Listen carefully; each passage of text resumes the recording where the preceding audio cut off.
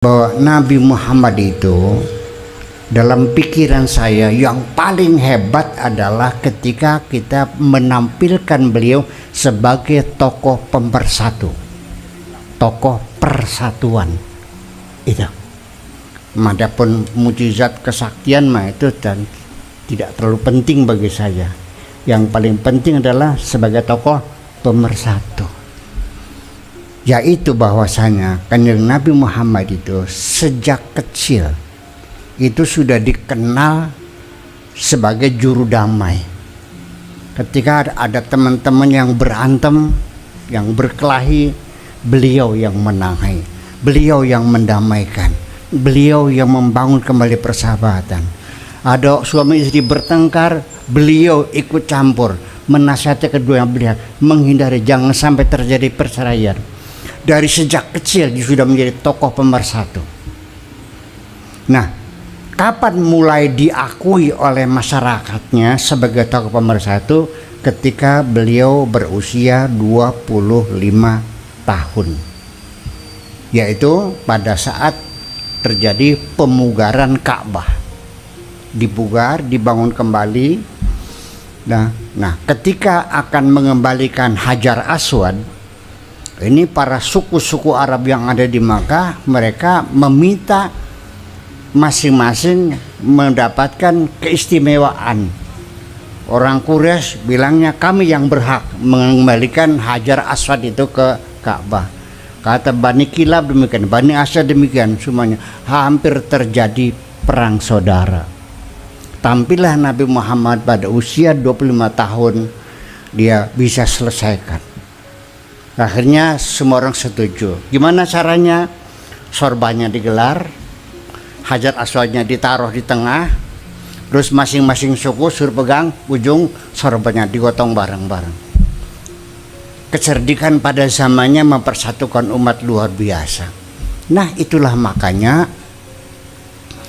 ketika Nabi Muhammad itu diangkat oleh Allah sebagai utusannya, ketika beliau sedang bertapa di Gua Hiro,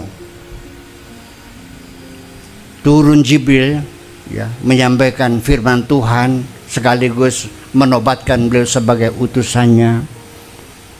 Untuk apa beliau diutus oleh Allah? Kita juga ngutus orang juga ada tujuannya kan. Saya ngutus Pak Afkar juga mesti ada visi dan misinya. Untuk apa? Kemana? Tujuannya apa? Nah, Nabi Muhammad diutus oleh Tuhan untuk apa?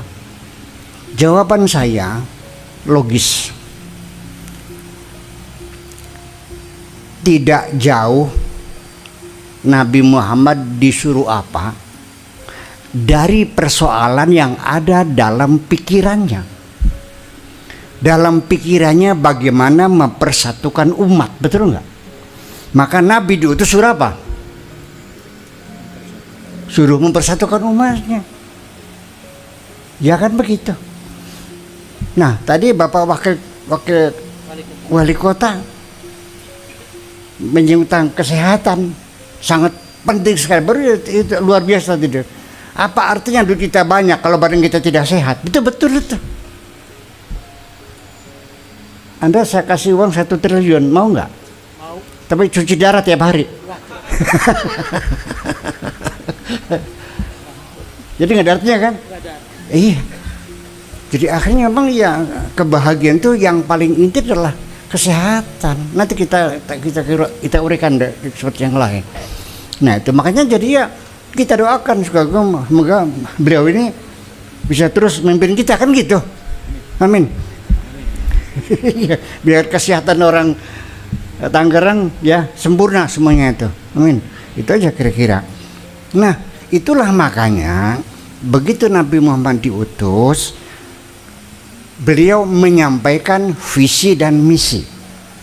Seseorang mau mencalonkan jadi gubernur, jadi bupati, jadi wali kota, jadi presiden, kan menyampaikan visi dan misi, betul nggak?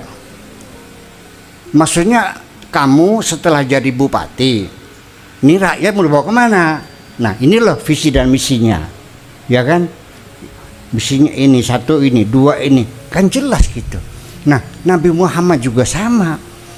Begitu ditanya oleh umatnya, engkau mau kami dibawa kemana? Ajaran apa yang akan kau berikan kepada kami?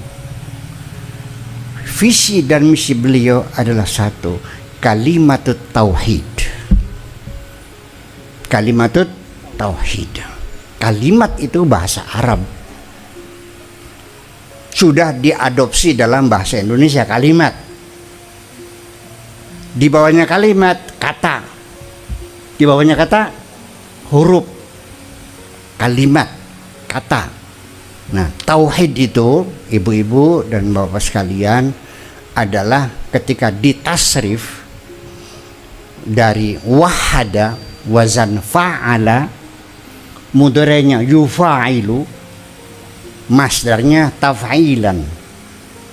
Wahada yuwahidu tauhidan, fa'ala yufa'ilu taf'ilan, nasara yunasiru tansiran. Nah, wahad itu dikata wahid. Wahid itu berapa? Satu. Jadi kalau wahada mempersatukan. Jadi kalimat itu tauhid, kata persatuan. Itu aja kok susah banget sih. Makanya kalau kita lihat Al-Quran dari awal sampai akhir, itu nuansanya nuansa persatuan. Iya. Fasbahtum bi ni'matihi ikhwana. Iya, innamal mu'minuna ikhwah. Iya, dan semuanya itu menuju kepada persatuan. Kita hidup rukun dan damai, gotong royong, kebersamaan, berbagi kebahagiaan. Nah, itu yang menjadi persoalan. Sehingga orang yang tidak mau diajak bersatu, yang kerjanya memprovokasi, memecah belah umat, ya ngomong sana, ngomong sini, mecah belah segala macam, itu jelas-jelas disebutkan musyrik. Jadi musyrik itu bukan menyembah berhala yang mecah belah umat ini. Ada Al-Qurannya? Ya ada. Ya, itu fisik namanya. Wala takunu minal musyrikin. Jangan jadi orang musyrik. Minal ladzina farraqu dinahum, yaitu orang-orang yang memecah belah agamanya. Wa kanu syi'an, dan mereka berpartai-partai, bermadhab-madhab, bergolongan-bergolongan. Wa kullu hizbin bima ladaihim farihun, mereka masing-masing berbangga dengan partainya sendiri, berantem setiap hari. Musyrik. Ya. Iya, jadi jangan dikira orang musyrik cuma berhala aja, yang mecah belah juga musyrik loh. Jadi kalau ada sini banyak orang yang mulut bacotnya nggak bener, bilang musyrik loh gitu. Ya, sah musyrik. Jadi kita jelas-jelas itu mecah belah umat semacam itu. Dah, Bapak Ibu sekalian, betapa pentingnya persatuan, sehingga mari kita uraikan argumentasi saya ini bahwa visi dan misi Kanjeng Nabi adalah membangun negara persatuan. Sehingga kalau kita lihat ibadah-ibadah seremonial, ibadah-ibadah ritual dalam Islam, baik itu sholat, zakat, puasa, haji, dan lain-lainnya, itu semuanya adalah sebagai misi mendukung visi persatuan. Intinya adalah membangun persatuan. Mari kita uji. Sholat. Kenapa sholat diwajibkan? Kita sholat untuk persatuan. Apa hubungannya? Oh, mari kita uraikan. Bapak-bapak dan ibu-ibu sekalian, ibadah umat Islam ini, beliau langsung ke depan atau duduk di belakang? Duduk di belakang. Saya wakil wali kota, nggak ada urusan. Kenapa lu datang telat? Betul nggak? Ketika dia duduk di belakang, pas di depannya ada tukang sapu, tugas kebersihan. kota Madia, Tangerang, yang kakinya banyak kapalnya itu. Coba ketika dia bersujud, dari atas kita lihat ubun-ubunnya wakil wali kota, di bawah telapak kakinya tukang sapu. Beliau marah nggak? Enggak marah. Dia ikhlas. Tukang sapunya yang agak meremang-remang nih. Waduh, nggak enak deh di belakang ada wakil wali kota, gimana sih? Akhirnya klosot malah nginjek kepalanya wali kota. Begitu topinya jatuh, marah nggak? Enggak. Habis oleh ambil topinya, sialan loh, sambil tertawa. Kaki wakil wali kota lu injek dong. Bersahabat, kenapa? Ini siapapun yang jadi pejabat, coba hayati baik-baik. Begitu masuk masjid, dia lupa jadi pejabat. Betul nggak?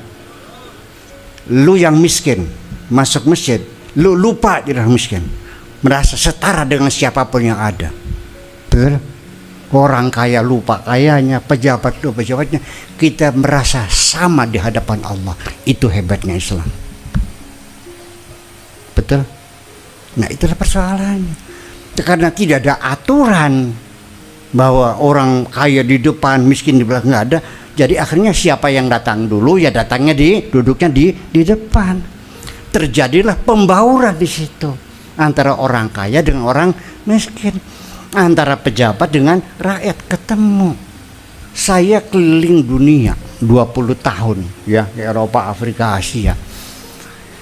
Itu paling enak nemuin pejabat di negara Islam. Nunggu Jumat. Dia ada di jalan, pasti dia terima salamannya kok. Assalamualaikum, assalamualaikum, selamat. Di negara lain nggak bisa. Begitu mudahnya berpertemuan dan komunikasi setiap hari. Nah, inilah ketika seseorang di hadapan Allah merasa sama, memberikan peluang lebih mudah untuk bersatu. Betul? Ketika masing-masing kita tidak merasa sama, karena kita kulitnya beda, bahasanya beda, sukunya beda, hartanya berbeda, sulit bersatu. Iya. Sampai jujur aja,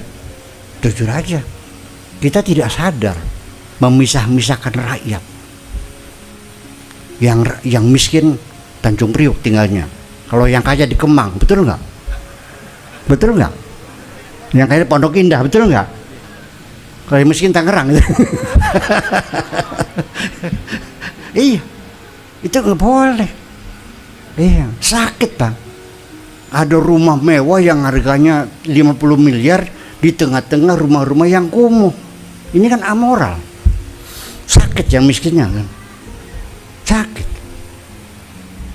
Nah, itulah dengan sholat 5 waktu, kesombongan kita dilebur, kita ngerasa bersama, sama-sama hamba Allah, kulluna ibadullah, nahnu suwasiyatun ku asnanil musyri, kita rata seperti gigi sisir, semuanya hamba Allah. Dan dalam sholat diajarkan bahwa kita semuanya adalah hambanya Allah. Dunungan kita, majikan kita, juragan kita hanya satu, hanyalah Allah. Disitulah terjadi persatuan. Makanya kalimat la ilaha illallah itu dari kaum santri, la ilaha itu maknanya al-ma'budu bil haqqi, majikan yang benar itu adalah Allah. Jadi kita orang kaya ya hambanya Allah, yang orang miskin hambanya Allah, semuanya hambanya Allah. Tiap hari kita ketemu orang kaya miskin nempel pundak nggak ada masalah, bersalaman berteguran. Dengan kita bersolat sehari 5 kali, siapa yang mati kita tahu, siapa yang datang kita tahu, siapa yang pergi kita tahu, siapa yang kelaparan kita tahu. Terjadilah kerjasama gotong royong, persahabatan di masyarakat, kan saling kontak, hubungan komunikasi yang langsung sehari 5 kali, hubungan yang paling intensif sekali. Jadi sholatnya bukan tujuan pentingnya adalah membangun persatuan.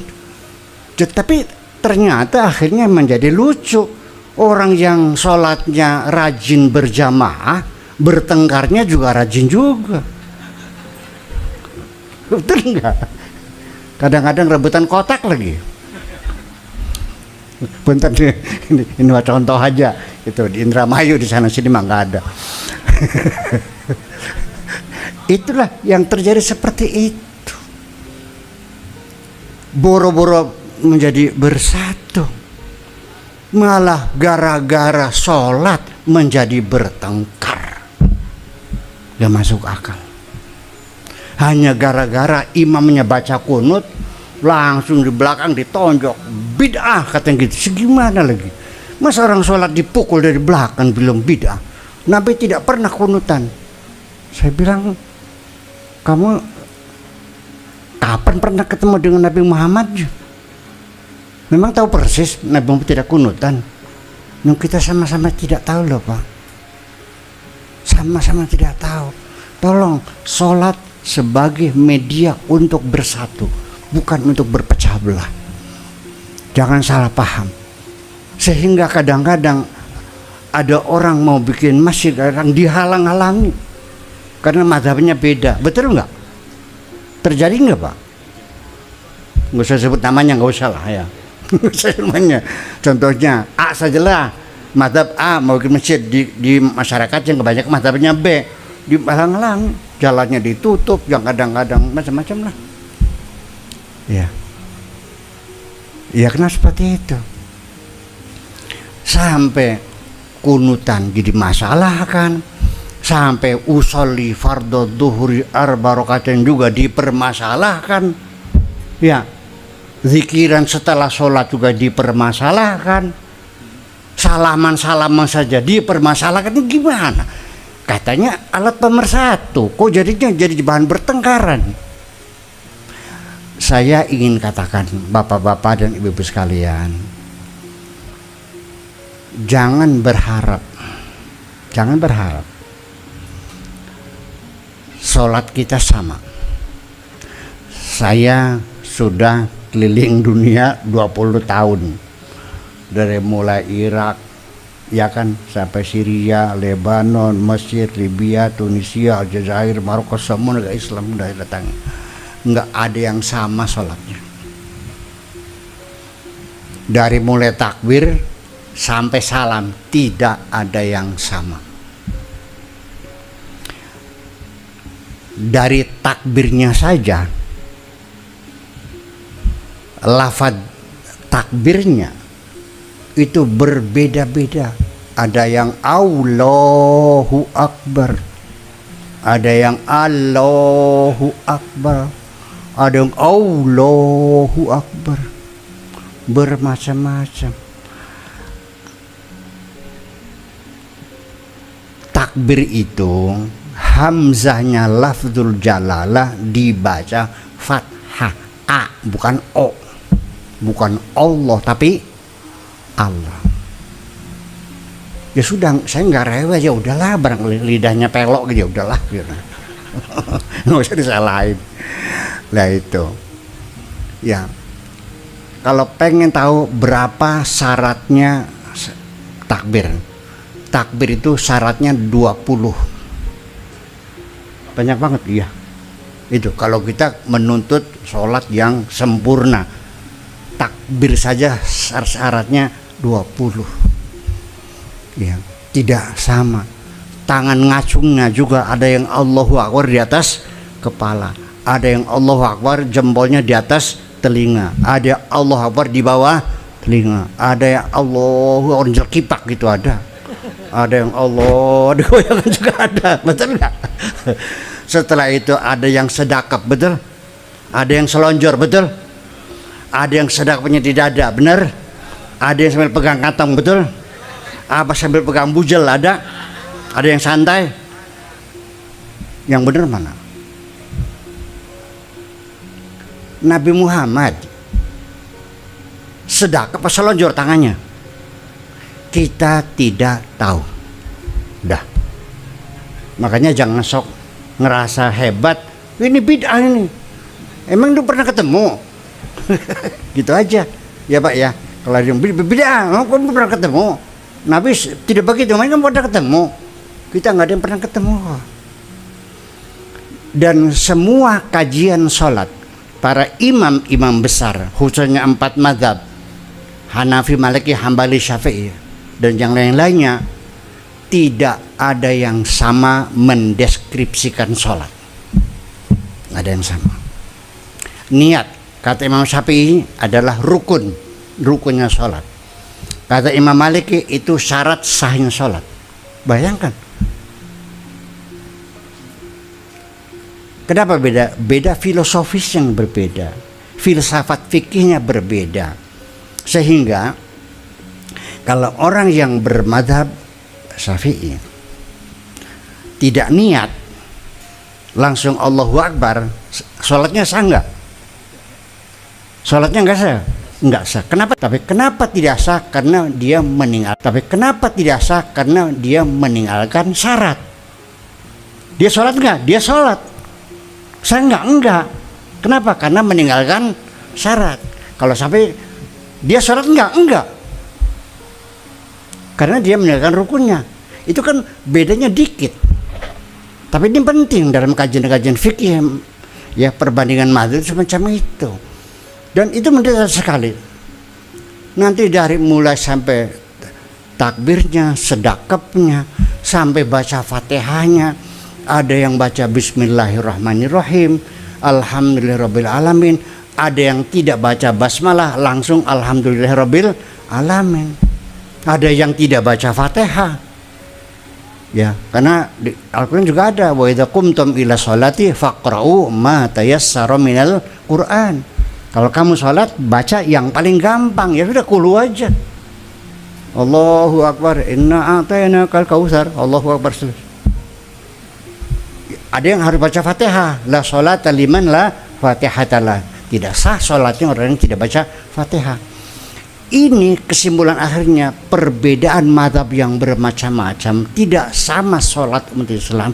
Ini artinya mereka ketika mendeskripsikan sholat itu tidak menemukan petunjuk yang pasti Kanjeng Nabi sholatnya seperti apa. Itu persoalan. Mereka hanya menggali hadis Al-Quran dan sebagainya. Jadi kita harus paham semacam itu. Makanya tidak lucu umat Islam bertengkar tentang sholat ini. Loh, sama-sama tidak tahunya kok. Iya, jadi artinya begini ya. Saya hanya menganjurkan Bapak silakan sholat sebagaimana yang Bapak-Bapak, Ibu-Ibu yakini. Sudah yakin, percaya ini benar, tapi jangan menyalah-nyalakan orang lain. Udah. Mangga. Yang kunut silakan, yang usolli silakan. Innallaha yafsilu bainahum yaumal qiyamah. Nanti Allah yang menentukan di hari kiamat. Nah, oleh karena itulah maka saya menganjurkan seberapapun yakinmu sholatmu itu benar, tolonglah rendahkan hatimu. Begitu assalamualaikum, ya Allah aku mohon engkau terima sholatku ini. Rabbana taqabbal minna sholatan, ya Allah mohon diterima. Kan begitu. Jangan take it for granted, yakin diterima. Itulah yang jadi persoalannya.